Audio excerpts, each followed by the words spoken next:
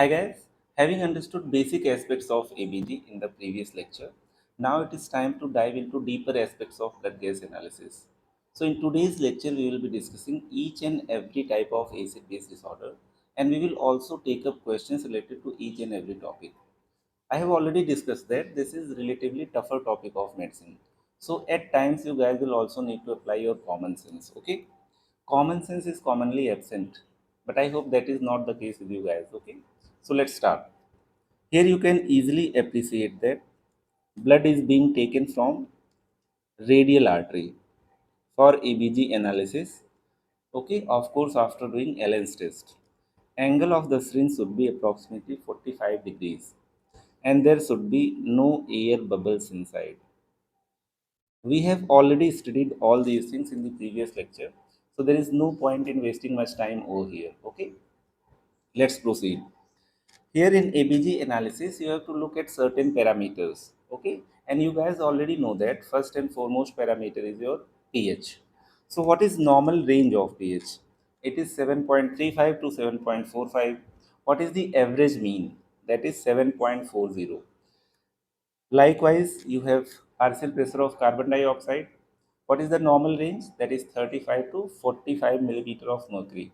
What is normal average mean PCO2? That is 7.4, sorry, that is 40 millimeters of mercury. Then we have bicarb. 22 to 26 milliequivalent per liter is the normal range. And the mean will come out to be 24. Why we are studying about the mean? As per Boston's criteria for ABG interpretation, you have to take these mean values. Okay, so we'll be interpreting ABG as per Boston's criteria. This is very important. Okay, later on we will also study about magic, and we will talk about magic numbers for studying compensation in acid-base disorders. As per Boston's criteria, normal pH has to be 7.40. Normal PCO2 has to be 40 millimeters of mercury. What about the bicarb? Again, the mean, it will come out to be 24. Okay, so these three parameters are of utmost importance in analysis of ABG. I will like to add one more parameter over here. Okay, take it as a mnemonic. You have to also look at the anion gap. And in case anion gap is more than 12, you will consider it as high anion gap. And if anion gap is more than 12, it will indicate towards high anion gap metabolic acidosis. So this particular chart is very simple. pH 7.40, PCO2 40, bicarb 24 and anion gap 12. Half of the bicarb is the anion gap. In this way, you can remember this particular chart. Okay. Now, sometimes you also need to look at the osmolality of blood. Okay. Normal range is 272 to 90. Okay. Average will come out to be 280. Then you guys will require to see the osmolality in case of ethylene glycol poisoning, methanol poisoning in cases of high anion gap metabolic acidosis. Sometimes you will also need to look at the albumin, particularly when you require to correct the anion gap. Okay.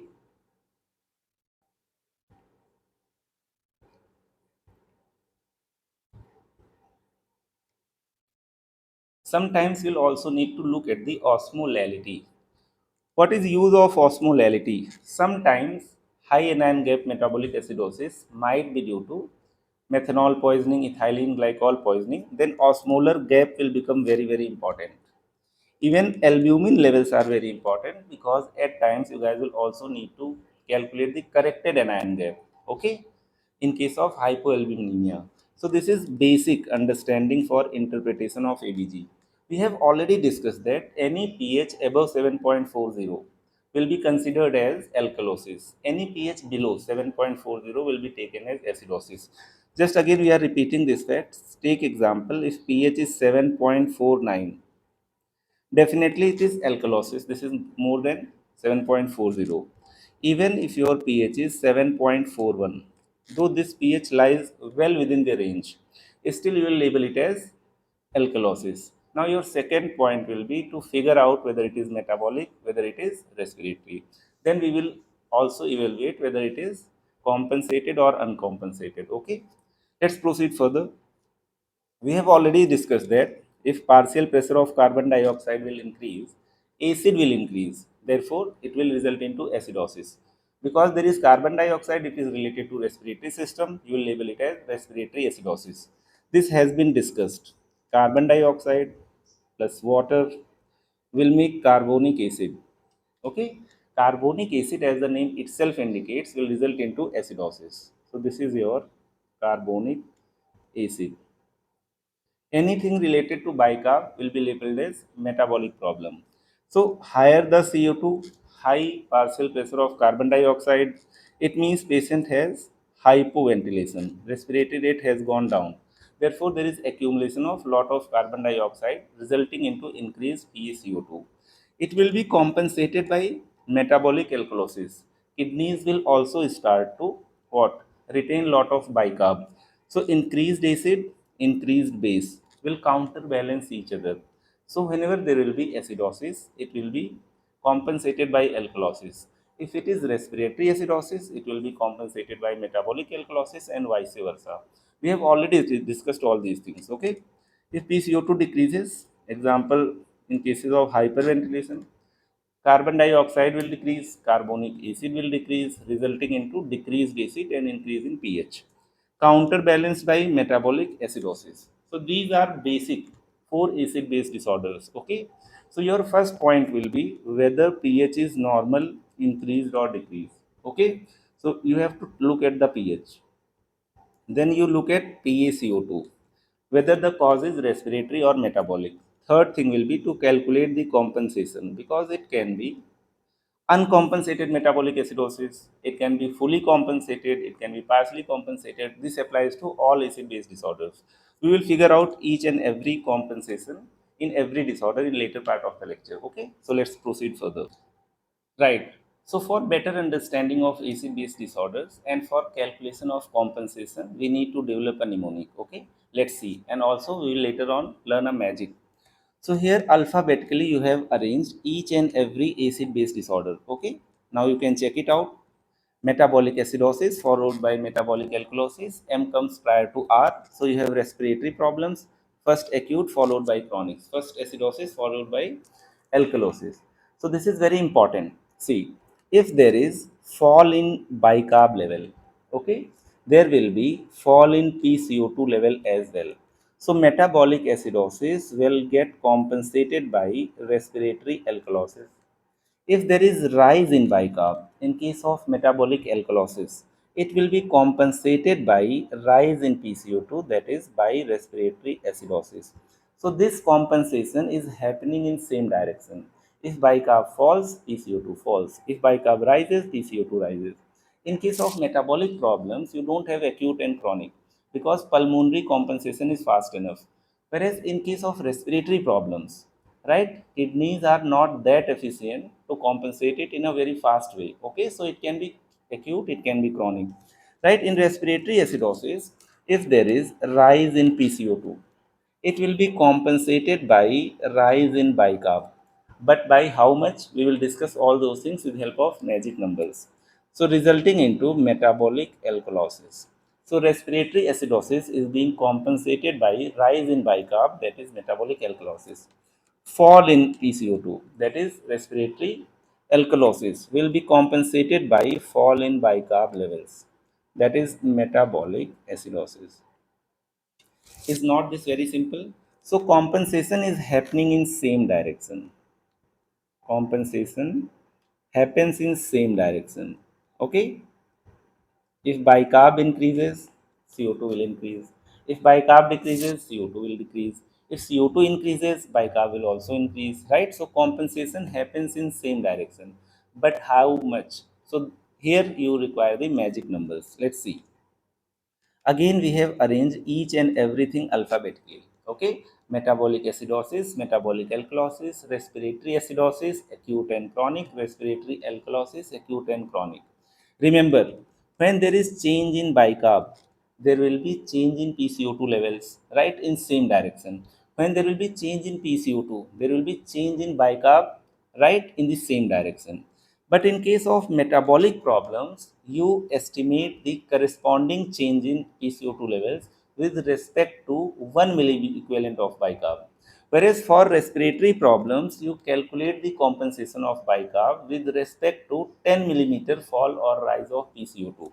So here delta PCO2 is 10 millimeters of mercury. Okay, so we will calculate the corresponding change in bicarb. Whereas in case of metabolic problems, delta bicarb is 1 milliequivalent per liter. Right? Let's try to understand it. In case of metabolic problems, take example of metabolic acidosis, that is alphabetical arrangement.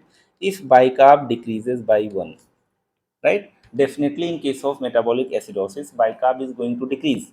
So corresponding fall in PCO2 will be 1.2 millimeters of mercury. If bicarb increases by 1, corresponding rise in PCO2 will be by 0.7. Too easy to understand. But in case of respiratory problems, we will calculate compensation of bicarb with respect to change in PCO2 by 10 millimeters of mercury. In acute conditions, if PCO2 increases by 10, corresponding bicarb levels will increase by 1 milliequivalent per liter. Simple to understand. But if the problem is chronic, right? Take example of what? COPD, right? If PCO2 increases by 10, bicarb will now increase by 4 milliequivalents per liter. Let's talk about respiratory acidosis. If PCO2 increases by 10 millimeters of mercury, in alkalosis, corresponding increase in bicarb will be by 2 milliequivalents per liter.